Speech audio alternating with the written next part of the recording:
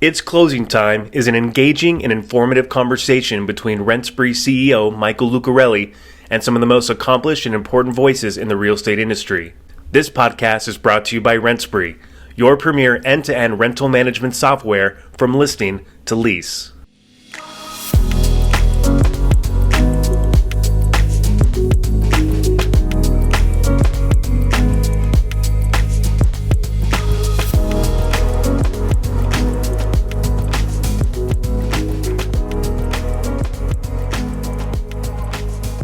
Welcome to It's Closing Time. I'm your host, Michael Lucarelli, CEO of RentSpree, and I'm excited to be hosting this podcast where we get to have insightful and meaningful conversations with some of the leading voices in real estate. In this episode, I'll be speaking with Kala, co-founder and CEO of Zoodealio, an iBuyer management and lead generation software for real estate agents. Based in Arizona, Kala is also a 14-year real estate broker, and we'll be discussing the impact of iBuying in real estate, as well as her background founding Zoodealio. You may have also seen her recently at Inman Connect as a panelist on the main stage. So Kala, welcome, and thank you so much for taking the time to speak with me today. Awesome. Hey, thanks so much for having me on. It's truly a pleasure. And we met at Inman, so it was really neat to meet you and learn a little bit about RentSpree. And I love what you're doing. I love how you're streamlining that application process and screening process for tenants. So really a huge fan of everything that you've created. And thanks so much for bringing me on today. Likewise. Yeah, I was really excited to kind of hear what you guys were working on as well. And on that note, I wanted to really dive in and see if you could tell us a little bit more, kind of maybe going back to what originally led you into real estate.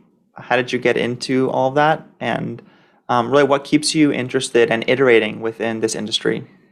Yeah, so I've been selling real estate for a while. I got my license in 2003, and so kind of perennial in the industry at this point. And the neat thing is I've had a lot of success. And I started in real estate because I really wanted to be the entrepreneur, create my own lifestyle, et cetera. My husband and I were living in Germany at the time and coming back to the States and needed a new venture. And so we were like, you know what, let's get into real estate.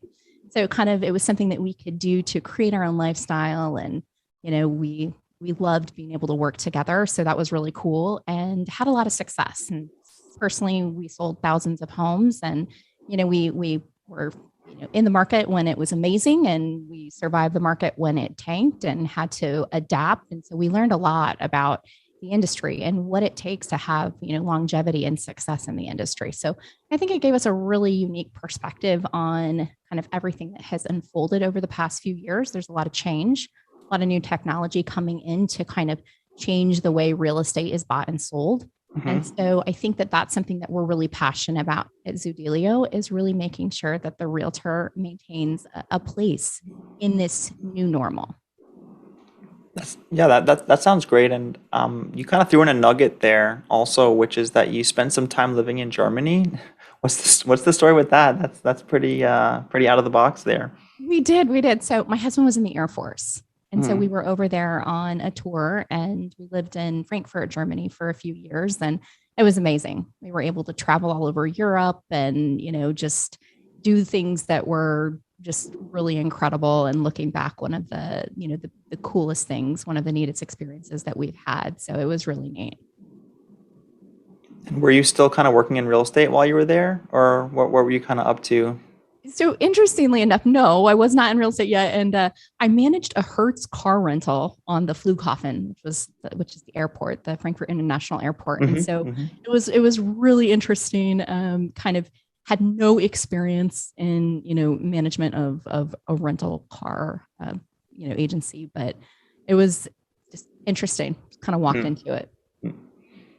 And so I know Zoodealio is doing a lot of great stuff to help agents, really putting them in a good position to be successful in real estate.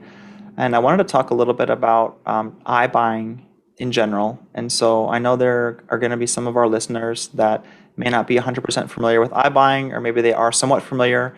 And so I figure what better way to get that information out there than to get it from an expert like yourself. So would you mind sharing a little bit about iBuying? What is it? How do you think that fits into the life and business of a real estate agent? And how can agents really think about embracing this technology or these changes that are going on in the marketplace? Yes, all great questions and excited to provide my insight on them. So, what is iBuying? And what iBuying means is when a company comes in and buys a home directly from a seller. So, what that accomplishes is essentially a really easy home sale. The seller doesn't have to worry about bringing their home to market. They don't have to worry about making repairs. They don't have to worry about showing the home. And so it kind of gives sellers a way to sell their home very easily to a company that's willing to buy it for cash. And so what we're finding are there are many, many companies that are making cash offers to home sellers across America. And we know we have what we call the retail iBuyers, which are your open doors, your offer pads. Zillow Offers was a retail iBuyer and they got out, and we can talk about that more in a moment. But those are kind of your big retail players in the space. And then there are many, many, many other companies that are also willing to buy homes for cash directly from a home seller. And so what we saw happening in our marketplace, we were kind of the birth of the retail iBuyers. Open Door started in Arizona in 2014. So did OfferPad. Shortly thereafter, Zillow Offers brought forth their Zillow Offers program first in Arizona as well. And so we kind of saw this happening. And initially, when Open Door and OfferPad first started coming into the market, they weren't making that great of offers. And what we were finding is that home sellers were still taking them. So we knew that if the seller could sell and give up a little bit of their equity, but have this awesome convenience of not having to get their home ready for market, not having to show it, not having to make repairs, they were willing to give up some of their equity in order to have that kind of seamless, easy transaction. There's been some recent research done by 1000 Watt on this iBuying space as well. And what they found is 77% of sellers would be willing to give up 5 to 11% of their equity for a non-traditional home sale. So sellers are kind of thinking, okay, we can give up a little bit of our equity to have this awesome experience. What we're seeing too is that the fee to have this easy transaction and easy experience is decreasing. So it's becoming more affordable over time. And we're seeing that now that these companies are spending just hundreds of millions of dollars marketing to consumers, more people are aware of it. Their skepticism is starting to go down. And so how we work is we make sure that the realtor can offer these offers and options to their home sellers and their clientele. And so what we do is we work really hard to make sure they can deploy technology that kind of rivals what the iBuyers are offering so that they can lead generate for new business, just like these iBuyers are doing. And then we also connect them with the appropriate offers and offerings in their marketplace. That way they can provide these to their clientele. So we think that iBuying, it's still a relatively small percentage of transactions nationwide. It's growing though. And I think that what we need to be looking at is the pain points that it solves for consumers. And I think that realtors just can use this as an option in their tool belt, right? So when they go into a listing appointment or when they're working with clients, they can be sharing that they have access to these offers and offerings. And that way, if the seller is looking for a solution like that, then they see the realtor as that expert that can guide them through the process. And you mentioned the term like retail iBuyer, and I was wondering if you could shed some more light on really what that means and what the differences are between maybe retail iBuying and other, maybe what you guys are kind of working on and how you're really working to empower real estate agents. Sure. Great question. So the retail iBuyers, like the open doors and the offer pads, they're taking down the home. And so if they make an offer to the seller and the seller accepts, they are going to buy that home. But what people don't really know is happening behind the scenes is a lot of the inventory that these, the big iBuyers, Redfin Now, Open Door, OfferPad, what they're doing is they're actually selling off a lot of inventory to other companies that buy homes for cash. So they may be buy and hold type companies. So we may see, some real estate investment trusts, some private equity firms, hedge funds, that sort of thing. They're buying a lot of this inventory up right from these retail iBuyers. So what we're able to do is we're able to connect these opportunities directly to these companies that are also buying homes that may not be the open doors and the offer pads, but other companies that make extremely great offers and that are also willing to buy these homes for cash. And looking a little bit at what Zillow was trying to do in this space, I know this is pretty recent news with Zillow shutting down their iBuyer program, at least for now. Can you shed some light on why you think that they opted to make this decision and what that means for the overall iBuying space? Yeah, so we call it Zillow-geddon. When the news broke that they were getting out of iBuying, it kind of spread like wildfire across the industry. And I think though a lot of people were, excited, like kind of like, haha, you guys couldn't do it. But here's the interesting thing. Yes, in quarter three, they lost 422 million on their Zillow offers segment. So massive losses. And I think what happened is kind of my thesis. If you look at Opendoor and OfferPad, they started as practitioners. The CEO of OfferPad was a real estate broker. The CEO of Opendoor was an investor. He was actively buying rental properties. And so he had a lot of experience in the real estate transaction. And of course, the CEO of OfferPad was a practitioner. And so I think that when their company started, they really started with the frameworks necessary to be an iBuyer. And that includes things like construction companies and a lot of transactional experience, things that maybe Zillow didn't have, maybe because Zillow was a technology company and they pivoted to this. I think that what happened is they kind of missed and underestimated the power of that relevant transactional experience in the real estate deal. And so I think that led to kind of these massive losses. Now, they stated in their shareholder letter that one of the primary reasons that they were pivoting and shutting down the Zillow offers program was because they couldn't predict the value of future home prices. So maybe they were leaning a little bit too much on their technology to tell them what that home would be worth in 3-6 months. And as we know, we've been just in an unprecedented time for market. So you look at the pandemic and all of the volatility that we've had, and it's no surprise that if they were trying to predict those home prices, it could be kind of difficult. And so they overpaid for many, many homes. I know here in our Phoenix market, I think the Business Journal came out and said that 93% of all of the homes that they have listed are listed at a loss. And so we know that they were overpaying. And we've now heard stories that there was a internal project catch up at Zillow, which was catch up to Opendoor. They wanted to beat Opendoor. They were very eager to expand quickly across the country. And they were also very eager to acquire homes. And so I think that appetite for growth, and maybe with a little bit of lack of that transactional knowledge, supply chain issues, not having the construction companies that were growing with Zillow offers like Opendoor and OfferPad had, and all of that, I think just kind of created the perfect storm. Now, I have another thought on this though, because there's been an emergence of what we're calling power buying in the real estate industry. And the power buying is making buyers be able to purchase their next homes in cash, kind of alleviate some of the pain points of moving. And so what I think we may see from Zillow, just based on some of the insights from their shareholder reports, I think we may see them shift to more of that power buying model, where maybe they say, we don't need to actually buy your house, home seller. What if we just bought your next home in cash? And maybe we held it for a couple weeks while your loan was being made, and then we sold it to you. So I think we're going to kind of see a shift into that. And I also think Rich Barton, the CEO of Zillow, was the founder of Expedia.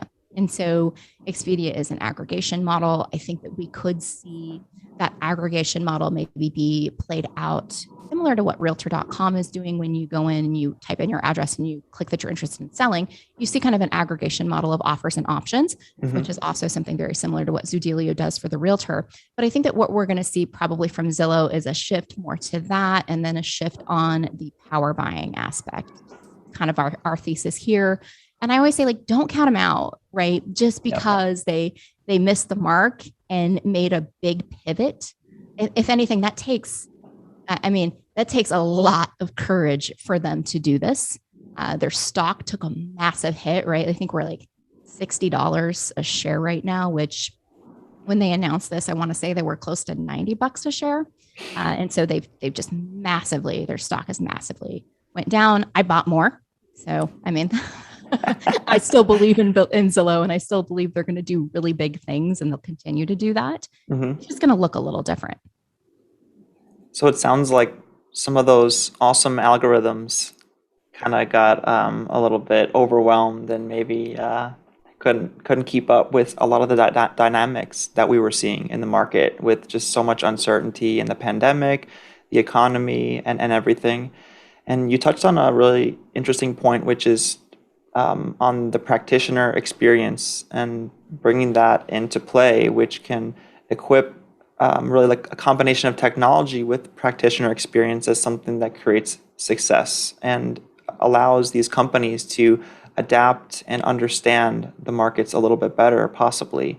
And so I know for you guys, you being a practitioner, you also have a couple co-founders with Zoodealio, correct? And you guys all come from the real estate space? Yes, except for our CTO, who's in the tech space, of course. But yes, the three of our co-founders, including myself, so four of us, are all in real estate. Yes. And how do you think that's helped you guys to understand some of the market dynamics that maybe an algorithm cannot understand? Oh yeah, the ways are endless. Even when we're working on creating the valuations for how much we're going to be offering, and we're able to really look at the inputs and tweak things, and maybe add additional expertise and insight because of what we know about the market. And also, I think that something that Zillow maybe relied too heavily on the algorithm, and there are things about homes that make them unique. And things like, you will never believe what someone is willing to pay for a cul-de-sac lot. You just won't. You just can't look at that and say it's an extra $10,000. Like, there are some things that just will always surprise you in a real estate transaction. And so I think that having a little bit of that human involvement is really important, especially when we're considering taking down assets that, on our average are probably $400,000. You really need to also make sure you're putting a set of eyes on that as well. And so I know we have been touching on Zoodealio a little bit as we've been talking today. Maybe if you can tell us a little bit more about how agents can get started, what's that process? How can they engage with this platform that can really help them a lot with their business? Sure. Yeah. So we're really excited to empower realtors with the ability to get out there and lead generate like these iBuyers and power buyers do. And I think the reason we're so excited about it is because it's just an irresistible value proposition for sellers. Like, sellers love the idea of, oh, it's an easy out. I can press a button and I'm done. And what we found is that when they go through that process, initially they're thinking, okay, I want to know what the cash offer is. And many times they will end up listing their home on the market with a realtor. So this discovery process that the sellers now go through when they're considering selling their home many times starts with that cash offer. And so what we're able to do is give realtors a way to maintain that conversation with home sellers. And I think that it just really elevates the conversation entirely, because now a realtor is able to go in with offers and options. So we have a few different offers and options. We have a cash offer where a seller can take a cash offer, pick their closing date, and essentially move on their own timetable. We also have a really neat option where it's a cash offer with the ability for the seller to lease back their home for 12 months. So maybe they sell now and move later because they want more time to find their next place, or maybe they think the market's going to go down a little. Who knows? We also have bridge solutions. So we have ability for maybe that seller that maybe taking a cash offer and taking a little hit on the cash offer isn't in their best interest. Maybe it would be better to turn them into cash and allow them to go buy their next home with the power of a cash offer. So we're able to really help the realtor deliver these different offers and solutions to their seller. And so what we love to do at Zoodealio is work really closely with our realtor partners. So we're working with realtors across the country, and we have weekly trainings and coaching and scripts and all sorts of lead generating ideas, marketing materials, so that they can really get out there and share these value propositions and then be confident in explaining them as well. And can you tell us a little bit more of the lead gen element that you guys provide as well? What exactly can agents expect from Zoodealio in terms of lead gen on the platform? Yes, that's a great question. So the first thing that we say with using this new way to kind of market is you need to be leading with this. A lot of agents respond. So what I mean by that is a lot of agents might get a text message or a Facebook message or an email from a client saying, "Hey, I got the Redfin Now offer. What do you think of this offer?" And then the agent is then in that reactionary role of kind of going, "Okay, yeah, good offer, whatever." So what we're trying to kind of teach realtors to do is lead with these value propositions. So there's a lot of ways to do it. I mean, they do get their own branded suite. So that includes a front end landing page that they can market with. It includes a back end dashboard and management system. And then we also include the seller's offer dashboard. So the seller actually has a really neat digital space where they can look at all of their offers and options, even accept one right from the platform, counter an offer. So that's something that we're seeing happening across the country. We're seeing offers getting accepted. We're seeing offers getting countered. There's also a decline button. So the seller doesn't like the offer, they can also decline it. And so we're giving the seller these digital interaction points. And what's really neat is we're maintaining the realtor as the provider of that. So we just think, on a side note, there's going to be a tremendous upside on bringing the transaction online. And so we might be a little early on that, but it's definitely going to start trending upward. So that's something we're really excited and passionate about as well. But then in addition to the kind of the landing page and marketing your landing page, so you could be doing that with Google ads, Facebook ads, Instagram ads, et cetera. We also provide a lot of other marketing content, campaigns.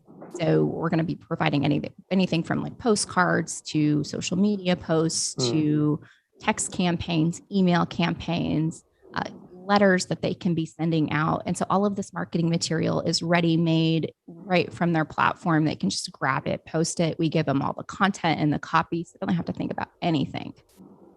That's extremely valuable. And looking at your guys' site, it looks like you guys also cater to agents, teams, as well as brokerages themselves. And it looks like you guys, correct me if I'm wrong, but you launched a little bit earlier this year with R1 Real Estate Pros and True Realty as well. So I was wondering if you could share a little bit more about how you might work differently with individual agents versus teams versus brokerages and how those organizations can also make use of this. Yes.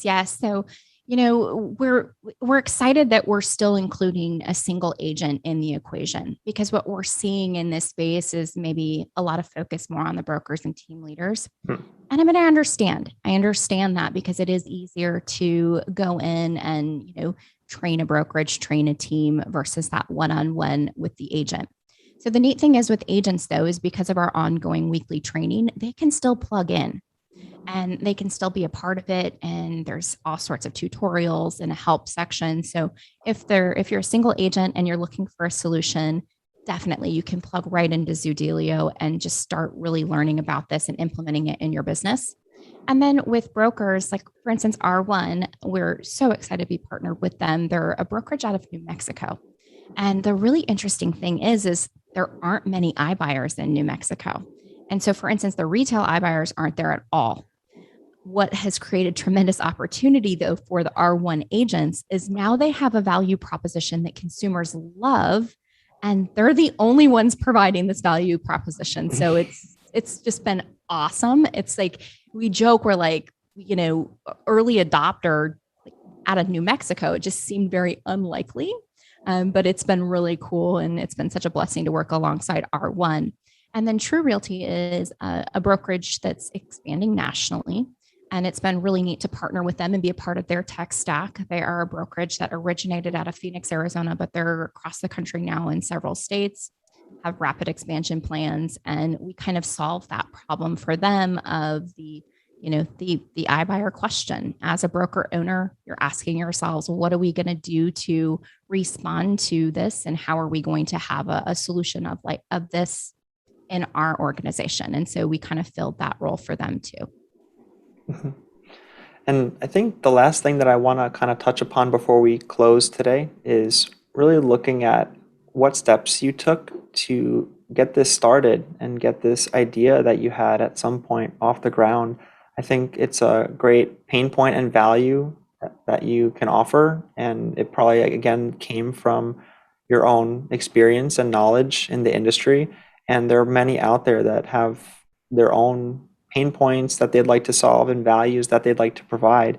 And I'd love to hear how you kind of got this off the ground and really what that backstory was. Oh man.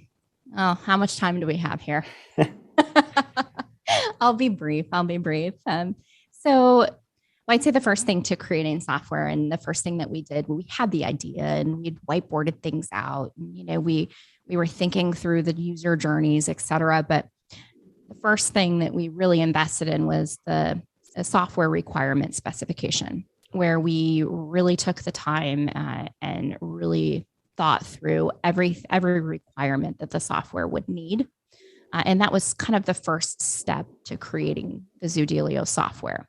And we knew that that was going to be a critical component because what we wanted to do was empower realtors across the country. We wanted to be able to do it quickly, and we wanted the software to be able to kind of reproduce itself. We didn't want to have to hire anyone to be going in and, creating new sites. We wanted them to just spin up automatically. And so the first step was really doing that. And then the second step was, of course, you have to find your dev team. You have to put your team together that can build out the thing that you want. Mm-hmm. And so that was the second step. And then third step is breaking it up into digestible chunks or sprints. And you just start plugging away. And the next step is just accountability. So you have check-ins that are daily and weekly, and you're meeting and going over progress and testing. And then the next step is just you have to be patient. It takes time for these things to happen and come together. And so after, a few months, it was neat to then start to see it, alive online and et cetera, and grow. But I think that that's basically the first few steps of what it took to bring the software out into the world. Well, it sounds like you guys have hit on something awesome. And what's the thing that you're most excited about going forward? Whether it's like on the product roadmap or just opportunities? I'm most excited about bringing that marketplace of offers and options to sellers. And I am most excited about continuing to improve that consumer user journey. Because ultimately it's all about the end user, right? It's all about that consumer and how they're engaging with the technology. And so I think that that's what really keeps us up at night is how can we make it so awesome? How can we surprise and delight our users? And how can we make it intuitive and yet still fun and friendly, but yet still professional? And we take this data seriously. And so that's kind of what we all obsess about here at Zoodealio. And then, of course, what we really love is that then we're giving that to realtors white labeled, so it looks like it's their own. And I think that's really exciting. That's awesome. And I guess it's closing time for this particular episode. And I want to thank you again so much for joining us today.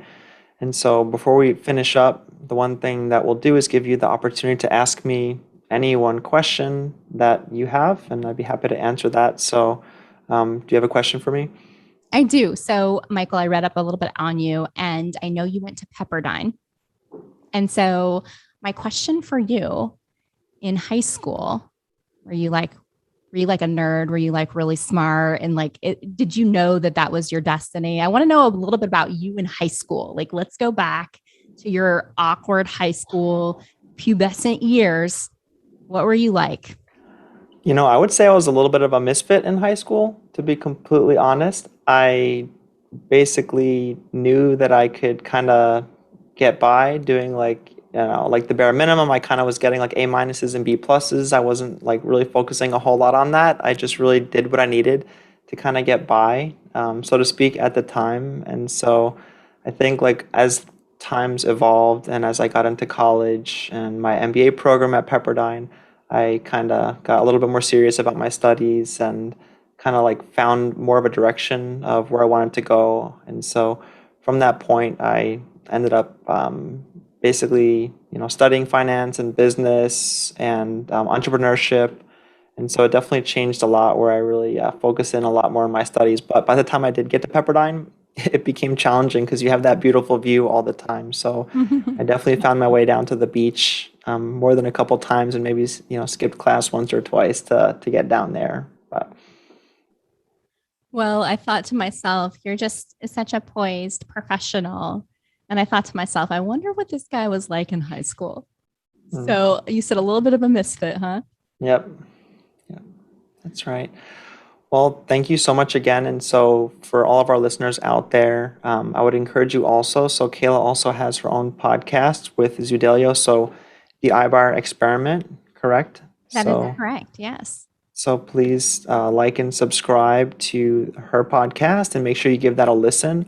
Also, for everyone out there, I would encourage you guys to visit Zoodealio.com. So that's ZOODEALIO.com to learn more about the platform. I think it's really worthwhile. It's an awesome thing to check out, and it can be very helpful. So definitely make sure to check it out. And so this has been episode number 2 of It's Closing Time with RentSpree. I hope you've all enjoyed this conversation. And as a reminder, you can visit our website, rentspree.com, to learn more about our service. And please follow us on our social platforms at RentSpree. And lastly, please subscribe to our podcast, It's Closing Time with RentSpree. Well, thank you again, Kayla, and everyone have a great day.